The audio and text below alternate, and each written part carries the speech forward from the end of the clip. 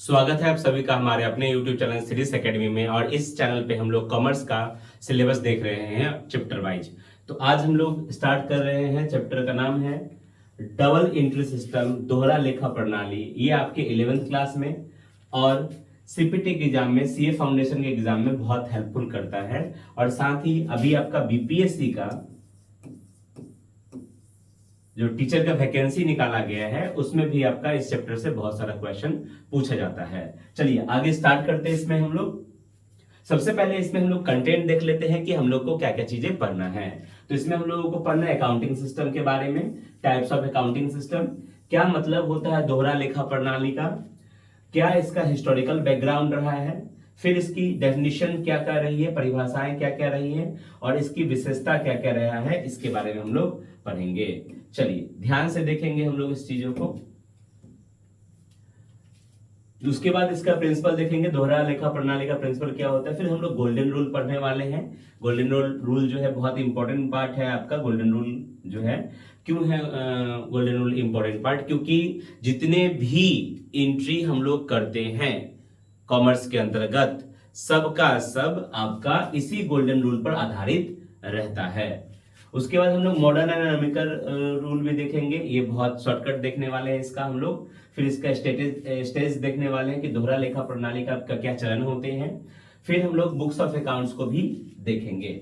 चलिए आगे बढ़ते हैं हम लोग। इसका एडवांटेज देखेंगे, इसका लिमिटेशन भी देखेंगे। इट मीन्स कि ये आपको पता है प्रत्येक चीज का कुछ अच्छाई होती है तो कुछ बुराई भी होती है। तो इसकी अच्छाई यानी कि एडवांटेज, इसका लाभ भी देखेंगे और इसका लिमिटेशन भी देखेंगे। फिर सिंगल एंट्री सिस्टम और डबल एंट्री सिस्टम में क्या डिफरेंस रहा है उसके बारे में भी हम लोग डिस्कस करेंगे इसमें। उसके बाद आपका सीए फाउंडेशन सीपीटी के लिए कुछ कुछ इंपॉर्टेंट पॉइंट है उसको हम लोग देखेंगे। और देन आफ्टर लास्ट में हम लोग समरी और क्वेश्चन आंसर को देखने वाले हैं। चलिए तो सबसे पहला अगर बात करेंगे डेफिनेशन की, तो आपका सबसे इंपॉर्टेंट पार्ट अगर देखते हैं इसमें तो क्या है कि लेखांकन का मीनिंग यानी अर्थ, जो पिछले क्लास में हम लोगों ने पढ़ा था, पिछले सेशन में हम लोगों ने पढ़ा था, उस पर आधारित है। लेखांकन प्रणाली वित्तीय लेन देनों यानी फाइनेंशियल ट्रांजैक्शन को पहचानने यानी कि उसको आइडेंटिफिकेशन करने में, मेजरमेंट करने में, रिकॉर्ड करने में, बाइफरकेट करने में और उसको समराइज करने में, समराइज करके एक व्यवस्थित करके एक प्रक्रिया को दिखाने को हम लोग क्या कहते हैं, लेखांकन कहते हैं। तो ये हम लोगों ने पिछले क्लास में जो हम लोगों ने इससे पिछले सेशन कंप्लीट किया था उसमें अकाउंटेंसी का पूरा वीडियो हम लोगों ने देखा था कि अकाउंटेंसी क्या है। अगर किसी को डाउट होगा तो उस वीडियो में आप लोग देख लीजिएगा, मैं डिस्क्रिप्शन में लिंक डाल दूंगा, आप उसको आराम से चेक कर सकते हैं। इसका मेन ऑब्जेक्टिव की बात करेंगे कि क्या क्या चीजें थी। तो व्यवसाय का जो भी हम लोग बिजनेस कर रहे हैं उसमें प्रॉफिट क्या हो रहा है, लॉस क्या हो रहा है, ये हमको मालूम करने में हेल्प करता था। साथ ही फाइनेंशियल पोजीशन क्या है, बिजनेस हमारा लॉस में जा रहा है या प्रॉफिट में जा रहा है, उसके बारे में हमको ये बताता था। उसके अलावा निर्णय लेने में ये सटीक और वित्तीय डेटा को प्रदान करता था। इट मीन्स कि अगर कोई ऑनर जो पैसा इन्वेस्टमेंट किया है वो कोई निर्णय लेना चाहता है, इट मीन्स कि एक और ब्रांच खोलना चाहता है या इन्वेस्टमेंट करना चाहता है कहीं और, तो वैसे सिचुएशन में उसको क्लियर कट पता होगा कि हमारा बिजनेस में पोजीशन क्या ग्रो हो रहा है या निगेटिव में जा रहा है, तो उस अनुसार वो पैसा इन्वेस्टमेंट करता है बेसिकली। चलिए आगे की तरफ बढ़ते हैं हम लोग और आगे हम लोग देखते हैं ये चीजों को।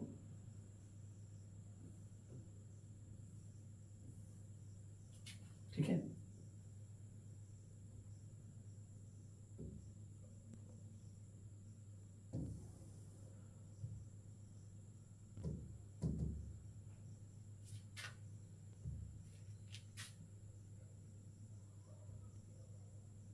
हाँ जी।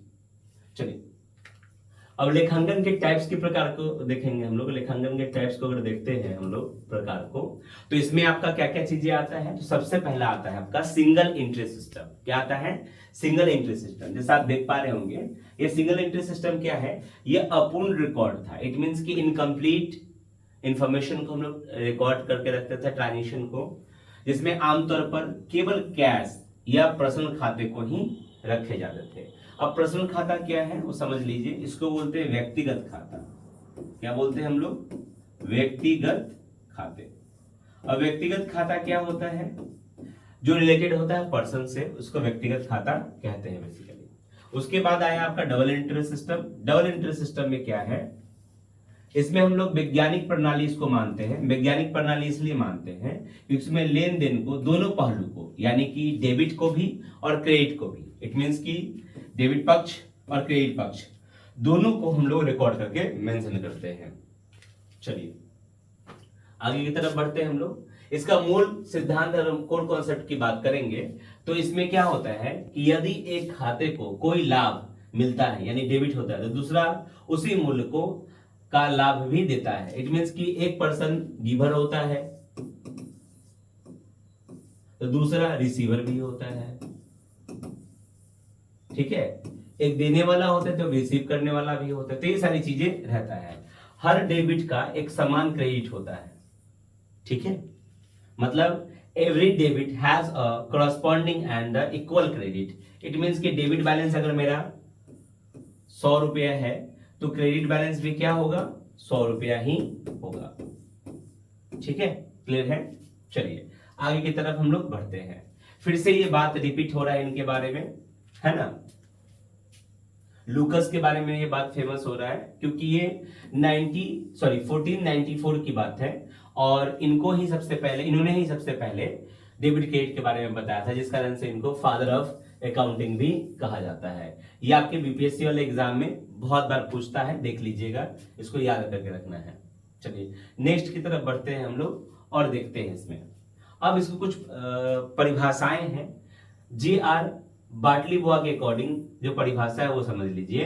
दोहरा लेखा प्रणाली वित्तीय सौदों को दिखाने की ऐसी प्रणाली है जिसमें यह स्वीकार किया जाता है कि प्रत्येक सौदे दो रूप होंगे, एक मूल्य प्राप्त करना, दूसरा उसी मूल्य को देना। एक मूल्य प्राप्त करना या उसी मूल्य को देना, यानी कि कहने का मतलब उस मूल्य का कुछ वस्तु प्राप्त करेंगे या सर्विस प्राप्त करेंगे, उसके अगेंस्ट में हम उसको पैसे देंगे। तो ये याद रखेंगे इनके अकॉर्डिंग डेफिनेशन, क्योंकि ये बहुत इंपॉर्टेंट है, एग्जाम में पूछे जाते हैं और क्वेश्चन में ये लिखा रहता है कि J.R. बाटलीबुआ के अकॉर्डिंग आप परिभाषित करें अकाउंटेंसी को, तो आपको ये परिभाषा एग्जैक्टली वही लिखना पड़ेगा जो उन्होंने स्टेटमेंट दिया है। या विलियम पिकल्स के अकॉर्डिंग जो दिया गया परिभाषा उसको भी आपको एज इट इज याद करना पड़ेगा। चलिए आगे बढ़ते हैं हम लोग। अब देखिए इसमें क्या है, दोहरा लेखन प्रणाली का विशेषता क्या है, तो इसमें टू फोल्ड इफेक्ट होता है। टू फोल्ड इफेक्ट कहने का मतलब प्रति लेन देन का कम से कम दो खाते तो होते ही होते हैं, मतलब विपरीत दिशा में विपरीत पक्ष में प्रभावित करता है। दूसरा डेबिट क्रेडिट की अगर बात करेंगे तो धन प्राप्त से यानी कि लाभ प्राप्त करने वाले खाता को डेबिट किया जाता है और लाभ देने वाले खाता को क्रेडिट किया जाता है। एकदम सिंपल कॉन्सेप्ट है। अगर समान इक्वल अमाउंट की बात करेंगे तो डेबिट और क्रेडिट दोनों आपस में क्या रहेगा, जितना डेबिट में रहेगा उतना ही क्रेडिट में रहेगा, यानी कि DR इक्वल टू CR, ये ऑलवेज होना है, ठीक है। चलिए आगे की तरफ बढ़ते हैं। अब इसके अंतर्गत कुछ बातें ऐसा है जो आपको ध्यान देने वाली बातें हैं। कहता है कि व्यक्तिगत खाते और अव्यक्तिगत खाते क्या होते हैं, मतलब personal account, real account, nominal account है, जिससे यह पूर्ण और वैज्ञानिक प्रणाली बनता है। अब देखिए यहाँ व्यक्तिगत और अव्यक्तिगत खाते जो लिखा गया है वो क्या है, मैं आपको बता देता हूं। देखिए अगर अकाउंट्स की बात करेंगे हम लोग, अकाउंट को शॉर्ट में ऐसे लिखा जाता है, तो बेसिकली जो अकाउंट्स के टाइप होते हैं दो ही होते हैं, पर्सनल अकाउंट और दूसरा होता है आपका इम्पर्सनल अकाउंट।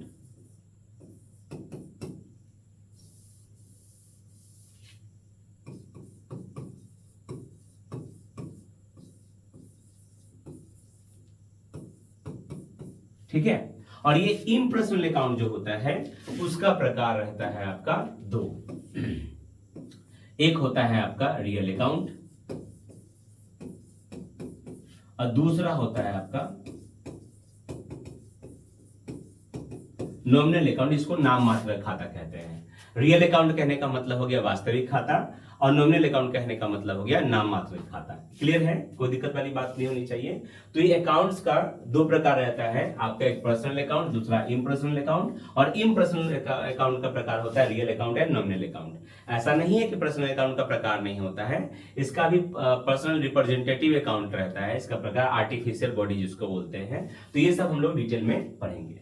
फिर अंक गणितीय शुद्धता की अगर बात करते हैं हम लोग, आर्टिफिशियल अर्थमेटिक एक्यूरेसी की बात करेंगे, तो चूंकि डेबिट और क्रेडिट कुल आपस में क्या रहेगा, हमेशा दोनों योग बराबर होने हैं, यानी डेबिट पक्ष और क्रेडिट पक्ष दोनों आपस में क्या रहेंगे, इक्वल रहेंगे। अगर आपका डेबिट पक्ष ज्यादा आ रहा है और क्रेडिट पक्ष कम आ रहा है, इसका मतलब कहीं ना कहीं आपका क्या है, फॉल्टी है, गलत है। तो उसको सुधारने के लिए आपको दोनों तरफ बराबर करना ही पड़ेगा। चलिए आगे की तरफ बढ़ते हैं। और दोनों पक्ष का होना, समझ लीजिए बात को, यानी कि एक गिवर होगा तो एक रिसीवर होगा ही होगा, जैसा कि हमने शुरू में बताया, एक रिसीवर एंड एक गिवर रहेगा ही रहेगा। सौदे का दोनों पक्षों पर विपरीत प्रभाव पड़ता है, मतलब एक खाते में वृद्धि होती है तो दूसरे खाते में कमी होती है। इसका मतलब दोनों में समान प्रभाव होता है लेकिन अलग अलग खातों में। मतलब एक गुड्स अगर मान के चलो वो सेल किया है तो गुड्स उसके पास से गया, लेकिन उसके अगेंस्ट में उसको क्या मिला, तो कैश मिला। कई बार उसको सर्विसेज मिलता है, उसके अगेंस्ट में क्या मिल रहा होता है, तो पैसे मिल रहे होते हैं। तो ये सारी चीजें उसके अंतर्गत रहता है। चलिए अब अगर बात करेंगे खाते के कितने भाग होते हैं सिद्धांत प्रिंसिपल के, तो खाता के 2 भाग रहते हैं, जिसमें आपका ध्यान रखिएगा अंग्रेजी अक्षर के अनुसार टी शेप में अकाउंटिंग करते हैं। कितने शेप में करते हैं, टी शेप में करते हैं, टी आकार का। जिसको याद रखिएगा, लेफ्ट साइड में हम लोग डेबिट, जबकि राइट साइड में हम लोग क्रेडिट करते हैं। इस तरफ आपका डेबिट रहने वाला है और इस तरफ आपका क्रेडिट रहता है। क्लियर है ना। अगर इसकी हम लोग रूल रेगुलेशन की बात करेंगे तो डेबिट और क्रेडिट अपनी मर्जी से नहीं किए जाते हैं। ऐसा नहीं कि अपना मन से किसी को डेबिट किसी को क्रेडिट कर देंगे, ऐसा कुछ भी नहीं रहता है। ऐसा करेंगे तो गलत हो जाएगा। उसके पीछे का जो नियम होता है वो है गोल्डन रूल। किसके अकॉर्डिंग काम किया जाता है, तो गोल्डन रूल के अकॉर्डिंग। गोल्डन रूल क्या है, एक बड़ी देखेंगे हम लोग। अब देखिए पर्सनल अकाउंट, जैसा कि हमने बोला व्यक्तिगत खाता, तो वे खाते जो किसी व्यक्ति, फर्म, कंपनी या संस्थान से संबंधित होते हैं उसे क्या कहते हैं हम लोग, व्यक्तिगत खाता कहते हैं। कौन सा खाता कहते हैं, व्यक्तिगत खाता या personal account. It means related to the person, a firm और अ कंपनी और organisation, it is known as the personal account. Clear है। जैसे एग्जांपल में बात करते हैं, तो एग्जांपल की बात है तो राम का खाता, इट मींस कि Ram's account, bank account, capital account, ठीक है। ये सारा का सारा क्या है आपका ड्राइंग्स अकाउंट, ये सारा का सारा क्या है, पर्सनल है, यानी कि व्यक्तिगत यूज के लिए, व्यक्तिगत के अनुसार है। अब इसका गोल्डन रूल क्या कहता है वो समझिए। गोल्डन रूल में क्या है आपका, एकदम साफ सुथरा बात कहेगा। क्या क्या बात कहता है, debit the receiver and credit the giver. Debit the receiver कहने का मतलब हो गया, डेबिट मतलब, रिसीवर मतलब प्राप्त करने वाला, तो जो प्राप्त करने वाला होगा उसको हम लोग डेबिट करते हैं, जबकि जो गिवर होता है, देने वाला, उसको हम लोग क्रेडिट करते हैं। यही हिंदी में है, पाने वाले व्यक्ति संस्थान को डेबिट किया जाता है और जो देने वाला होता है उसको क्रेडिट करते हैं। क्लियर है। ये था आपका पर्सनल अकाउंट का रूल और उसका परिभाषा। क्लियर है ना। चलिए दूसरा परिभाषा देखते हैं हम लोग, रियल अकाउंट का। रियल अकाउंट क्या रहता है, रियल अकाउंट को हम लोग बोलते हैं वास्तविक खाता। कौन सा खाता बोलते हैं, वास्तविक खाता बोलते हैं। अब वास्तविक खाता का क्या कहानी है समझेंगे। मतलब वे खाते जो व्यवसाय की संपत्ति यानी कि एसेट से जुड़ा हुआ होता है, इट मींस की रिलेटेड टू एसेट्स। और एसेट्स में कौन कौन से एसेट्स हो सकता है, तो टेंजिबल, इनटेंजिबल, जो हम लोगों ने प्रीवियस क्लास में पढ़ा है वो सब, करंट, नॉन करंट, सब। तो उस सबको क्या कहेंगे हम लोग, रियल अकाउंट कहेंगे। जैसे कि आपका cash account, machinery, furniture, goodwill. Goodwill का हिंदी होता है ख्याति। ख्याति क्या रहता है आप समझ लीजिए, जैसे आपका कोई प्रोडक्ट है जो बहुत ज्यादा फेमस हो गया है, इट मींस कि अब आपको उसको एडवर्टाइजमेंट करने की आवश्यकता नहीं है, क्योंकि उसकी क्वालिटी बहुत अच्छी थी, लोगों को बहुत अट्रैक्ट कर रहा था। जब भी कंज्यूमर आ रहे थे आपके पास तो उसी प्रोडक्ट को मांग रहे थे और उसके नाम से आपका दुकान जाना जाने लगा। इट मींस कि कल के दिन में आपका वो प्रोडक्ट नहीं मिलेगा तो आपका वैल्यूएशन नहीं रहेगा, ऐसा। तो कहने का मतलब है कि वैसा प्रोडक्ट जिसका वैल्यूएशन टर्म्स ऑफ मनी में रहता है और दिखता नहीं है ना। जैसे आप आपके इलाके में देखते होंगे कोई कपड़े का दुकान होगा, कोई मिठाई वाले का दुकान होगा, है ना, या कोई ग्रोसरी शॉप होगा, क्रॉकरी शॉप होगा, तो सब में कोई चीजें देखते होंगे कि उसका बहुत फेमस है, बहुत अच्छा है, उसके यहाँ से ही लेना पसंद करेंगे। और उसकी क्वालिटी में अगर थोड़ा सा भी डिफेक्टिव आएगा तो कहेगा कि अरे उसके यहाँ का ऐसा नहीं रहता, अच्छा रहता है ना।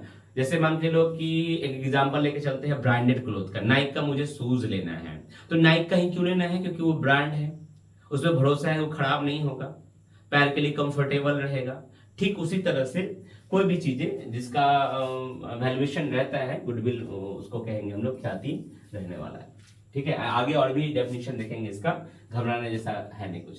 इसका गोल्डन रूल अगर बात करेंगे तो डेबिट वर्ड्स कमिंग, मतलब व्यवसाय में जो आ रहा है उसको क्या करेंगे हम लोग, डेबिट करते हैं। जो जा रहा होता है उसको करते हैं हम लोग क्रेडिट, यानी वस्तु या संपत्ति व्यापार में जो आए उसे डेबिट करेंगे, और जो वस्तु व्यापार से जाए उसे क्या करेंगे, क्रेडिट करेंगे। चलिए इस सब पे एक एग्जाम्पल देखने वाले हैं हम लोग, है ना। अब आते हैं बात नॉमिनल अकाउंट पे। नॉमिनल अकाउंट का मतलब होता है नाम मात्र खाता। क्या खाता होता है, नाम मात्र खाता। तो ध्यान देंगे क्या है नाम मात्र खाता, मतलब ये खाते जो व्यवसाय के व्यय यानी एक्सपेंस, लॉस, इनकम और गेन्स पे संबंधित हो। इट मीन्स की related to expense and income, है ना, वैसे खाता को कहेंगे हम लोग नॉमिनल अकाउंट। फॉर एग्जांपल की बात करेंगे सैलरी। अब बोलोगे सर सैलरी कैसे होगा, तो सैलरी या तो हम पे कर रहे हैं, हम पे कर रहे हैं तो मेरे लिए एक्सपेंस है, मुझे मिल रहा है तो मेरे लिए इनकम है ना। रेंट बिल्कुल वैसा ही, कमीशन बिल्कुल वैसा ही, हम पे कर रहे हैं या रिसीव कर रहे हैं, यही सारी चीजें होगा। तो ये सारा कुछ किस में आएगा, नॉमिनल अकाउंट में। तो इसका रूल क्या कहता है कि डेबिट द ऑल एक्सपेंस, क्या कहता है, debit the all expense and losses, मतलब जो भी खर्च है यानी व्यय है उसको हम लोग डेबिट करेंगे, और जो भी इनकम और गेन है यानी कि जो प्रॉफिट आ रहा है मेरे पास या इनकम आ रहा है उसको हम लोग क्रेडिट करते हैं। क्लियर है, तो ये हमारा बेसिकली तीनों का रूल होने वाला है। क्लियर है। अब है ये आपका आधुनिक युग का, मतलब मॉडर्न रूल क्या है। देखिए अकाउंटेंसी में आपको दोनों रूल देख के चलना है, गोल्डन रूल भी और मॉडर्न रूल भी। मॉडर्न रूल का क्या बेनिफिट होगा, इसमें आप लोग क्वेश्चन को देखेंगे और आपको ये उसका लायबिलिटी क्या है, कैपिटल क्या है, रेवेन्यू क्या है, 5-6 पॉइंट को आपको याद करना है, और उसी 5-6 पॉइंट पे आप पूरा का पूरा क्वेश्चन को अच्छे तरीके से सॉल्व कर सकते हैं। तो मैं चाहूंगा एक बारी कि आप ये गोल्डन रूल जो है उसको एक एक करके नोट कर ले। मैं एक बारी ये दिखा दे रहा हूं, है ना।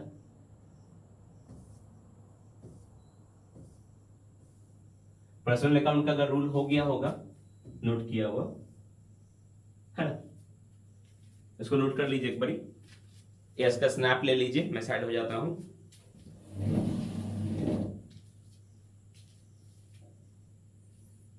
चलिए दूसरा का भी मैं कर देता हूं, ऐसा स्नैप कर लीजिए ताकि आपका ये भी रहे। ये सब इंपॉर्टेंट पॉइंट है क्योंकि इस पे आपका क्वेश्चन बनने वाला है। और तीसरा भी क्लियर है। चलिए हम लोग जो देखेंगे अब वो मॉडर्न यानी कि अमेरिकन अप्रोच की अगर बात करेंगे तो इसमें सबसे इंपॉर्टेंट चीज है आपको क्लियर, है ना। क्या है, क्लियर, बहुत इंपॉर्टेंट है ये। क्लियर क्यों, क्लियर ही क्यों, देखिएगा क्लियर कहने का मतलब होता है CLEAR।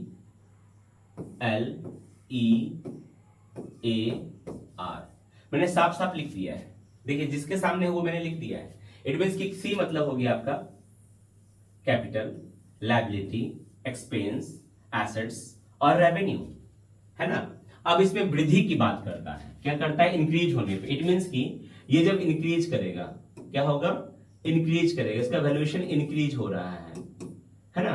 क्या हो रहा है, इंक्रीज हो रहा है। तो इंक्रीज होगा ना तो उसका वैल्यूएशन क्या करेंगे हम लोग, इसको क्रेडिट करेंगे। किसका, कैपिटल इंक्रीज हो रहा है या लायबिलिटी इंक्रीज हो रहा है तो क्या करेंगे हम लोग इसको क्रेडिट करेंगे।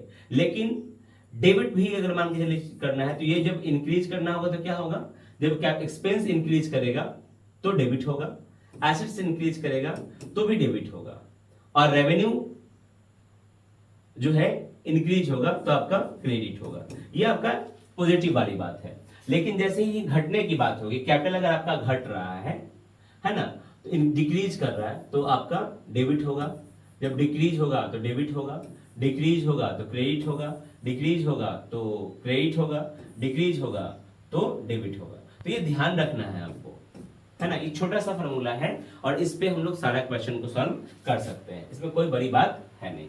चलिए अब दोहरा जो लेखा प्रणाली था उसके चलन स्टेज क्या क्या है, क्या क्या चीज उसके अंतर्गत करना रहता है उसको हम लोग देखते हैं।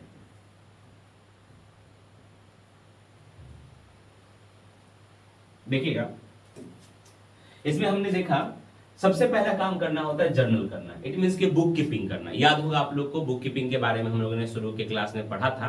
तो बुक कीपिंग सबसे पहले नहीं करेंगे, जिसको सब्सिडरी बुक या जर्नल अगर नहीं करेंगे तब तक हमारा जर्नल नहीं बनेगा, और जर्नल नहीं बनेगा तो लेजर नहीं बनेगा, और लेजर नहीं बनेगा तो समराइजेशन हम लोग नहीं कर पाएंगे। और समराइजेशन नहीं कर पाएंगे तो उसमें क्या गलतियां हैं वो फाइंड आउट करने में दुविधा होगा, तो हमारे पास ट्रायल बैलेंस नहीं कर पाएंगे तैयार। और ट्रायल बैलेंस अगर मेरा सब कुछ सब तरीके से चल रहा है तो लास्ट में हम लोग फाइनल अकाउंट बनाएंगे जिसमें हम लोग का बैलेंस शीट वगैरह रहेगा। क्लियर है ना, कोई दिक्कत वाली बात नहीं है। चलिए आगे